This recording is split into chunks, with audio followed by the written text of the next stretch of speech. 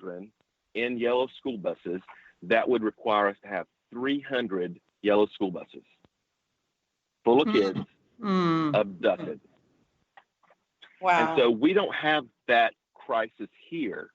And so that is what keeps me up at night. It would keep me up at night too, because you actually felt led when you saw that land. I think God spoke to your heart. And so when somebody asks you why India, it's simple. It's really simple that God placed that place on your heart, and you can't get away from it, and you can't sleep at night thinking of those kids that are being abducted. Absolutely. An amazing passion that you have. How did you first learn of the conditions of India? Is that when you went over there? And aside from human trafficking, what other dangers are on the streets for children that are on the street? And what do they find themselves alone and on their own? Why do they find themselves alone in the first place? Explain that's a good question. Yeah, explain the culture a bit. Sure. So one thing I do know for sure is that there is not many things you can say that is across the board with India. In some other countries, you can say this is something that's pretty common across every state and every district, region, area of that country. India is unique in that it has 29 states, and every state speaks a different language. So you have the barrier of language even crossing from state to state. Wow. So that because of that, the culture in each state is also different, sometimes more drastic than others. And so I'm going to speak, although we work in several places in India, I'm going to speak with this question mostly about Andhra Pradesh and my experience there and what we've seen. The poverty there is indescribable. And it's when I'm there, even though I know what I'm seeing, my mind can't even comprehend sometimes what these kids are living through. Right. For instance, I might be in the taxi at a traffic light in a major city, and there are children coming up around the taxi while we're sitting at the traffic light, and they're banging on the window, begging. The kids' heads don't even reach the window. That's how small they are. So, you and I here in the U.S., we would either be on our phone calling someone or opening our car door and helping that kid get out of the street. There's things that we would be doing. And there, it is not, that's not the setting for these kids. They're pretty much on their own. And oftentimes, more often than not, those children are out there begging because they've been abducted into human trafficking. And right now, at that age, they're being forced to beg. And that's how they're being used. So that is one part of the culture that is hard to get around. The other thing that I was surprised to find out about is there are many, many kids that live in leper colonies there in India. And so most people that I say that to end up making the comment, there's still leprosy. They have leper colonies, and there's still leprosy in the world, and there is. And although the cure for leprosy is pretty simple, it's penicillin, it may not be readily available to the people that need it because of poverty. But also what I have experienced is that leprosy is as much of a social disease as it is a physical disease, much like Bible times. And so they're living in these colonies with their families. They can't attend school. They're having to beg on the street because their families can't work. And so those are some conditions that we're not used to seeing here in the U.S. as well. Right. So I have a question, because as you're talking, my heart breaks over and over again, because I just cannot fathom children. It just is overwhelming to me. So how do I you, agree. so I was thinking about you. How do you uh, get over the overwhelm to know that you are making a difference and not be overwhelmed by the mass that it is to accomplish? Hmm. How do you feel like, oh, every day this is what God has set me out to do? Because to me that would be overwhelming emotion. You know, right now I'm Hmm. just like my heart's broken. And so tell us how you handle that and how every day you go, this is the day, and I know that I have accomplished this without feeling like going to bed and just being so overwhelmed every day. Exactly. I think part of what helps me get through that is the experience that I had early on here in my career as an investigator.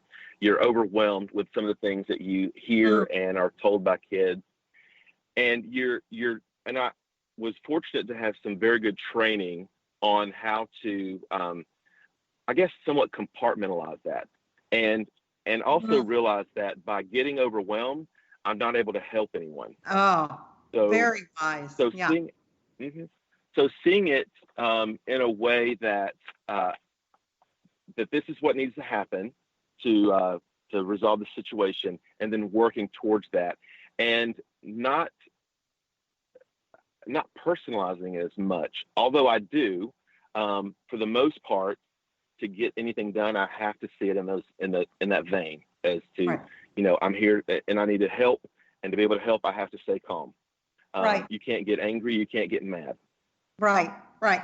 Very, very wise, because I think that sometimes when you are overwhelmed with Hmm. emotion, then we do nothing. And so Exactly. sometimes you do have to compartmentalize it uh, in order to get over the deep, heavy of the emotion so that you actually can help. Otherwise, Exactly.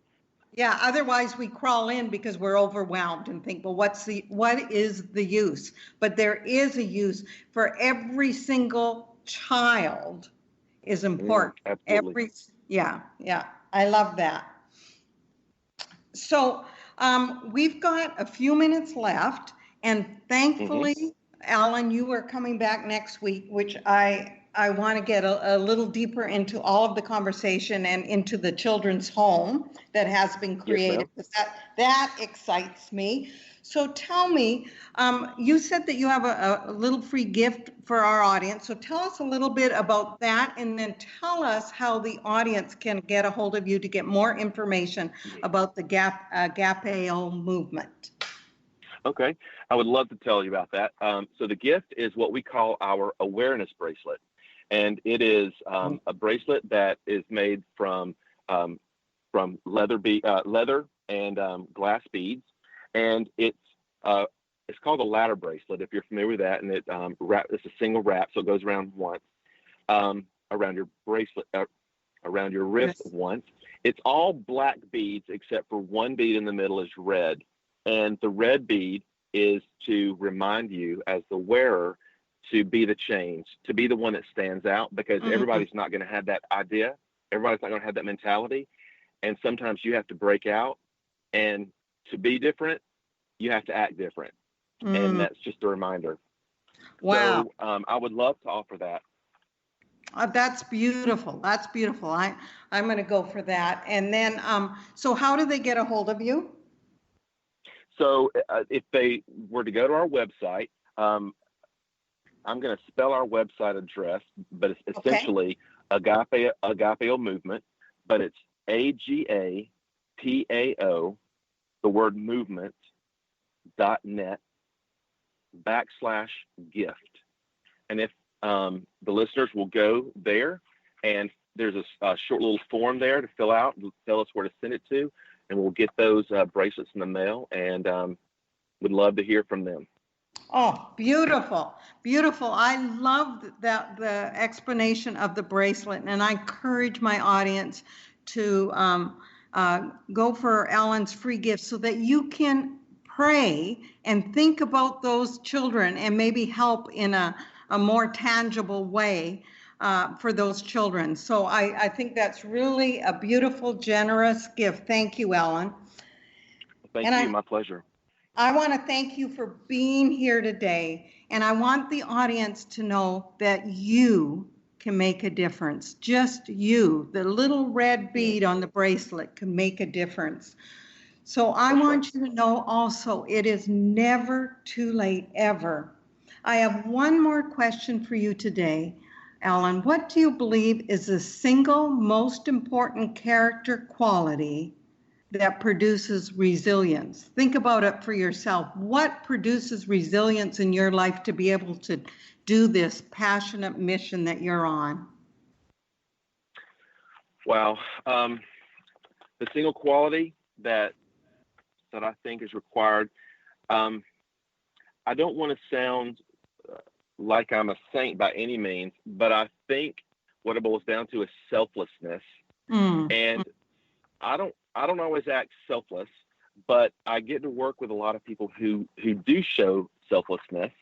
And so I'm encouraged by that as well. And I do try to be selfless because I think if we go back to the word that our organization is inspired by, agape, it is a selfless and unconditional love. And I do think that that's a quality that I may not always have, but I always aspire to have. Wow. Wow. You know, Alan, I'm impressed with you. You have an attitude and a spirit of humility, and I know you're a servant, and that is beautiful.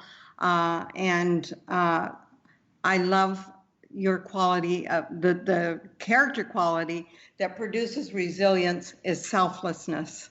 And it's not that we all, like you said, do it perfectly, but that Right. we aim to be a servant to help this world. Remember out there, it is never too late. It's not too late to lose weight. It is not too late to follow your dreams. It is not too late to help just one of these children over in India. It is just never too late, ever. Please remember to love one another and love on these children. And we're going to hear from Ellen back here next week. And I'm delighted and thrilled that you will be here. We'll see you next week, Ellen. All right. Thank you, Lorraine. Looking forward to it. Thank you.